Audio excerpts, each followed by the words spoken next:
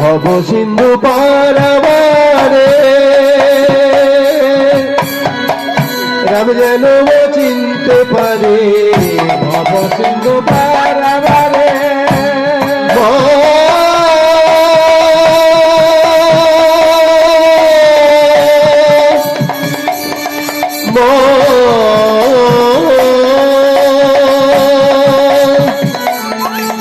ভব সিন্ধু পারাবারে রাম যেন চিনতে পারে ভব সিন্ধু পারাবারে রাম যেন চিনতে পারে বক্ষস্থলে দাও মালিকি বক্ষস্থলে দাও মালিকি বক্ষস্থলে দাও মালিকি বক্ষস্থলে দাও মালিকি নীল কমলাকি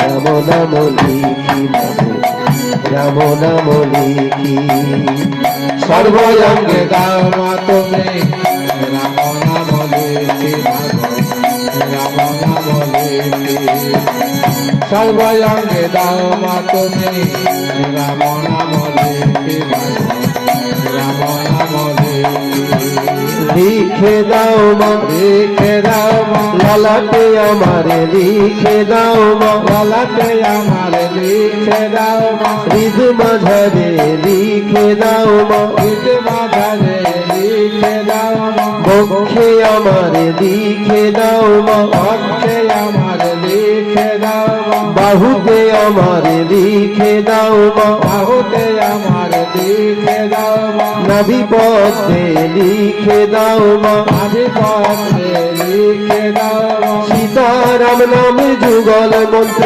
সর্বাঙ্গে আমারে লিখে দাও মা সীতারাম নামে যুগল মন্ত্র সর্বাঙ্গে আমারে লিখে দাও মা সীতারাম নামে যুগল মন্ত্র সর্বাঙ্গে আমারে লিখে দাও মা সীতারাম নামে যুগল মন্ত্র সর্বাঙ্গে আমার লিখে দাও মা সীতারাম নাম যুগল মন্ত্র সর্বাঙ্গে লিখতে বললে মা আমার মনের আনন্দে লিখে দিচ্ছেন সর্বাঙ্গে, কিন্তু মা ভুল করে ফেলবেন, একটু ভুল করেছে, সেটা পরে গিয়ে জানতে পারবেন যে কোথায় লেখেনি। তরুণী দেখতো কেমন হয়েছে?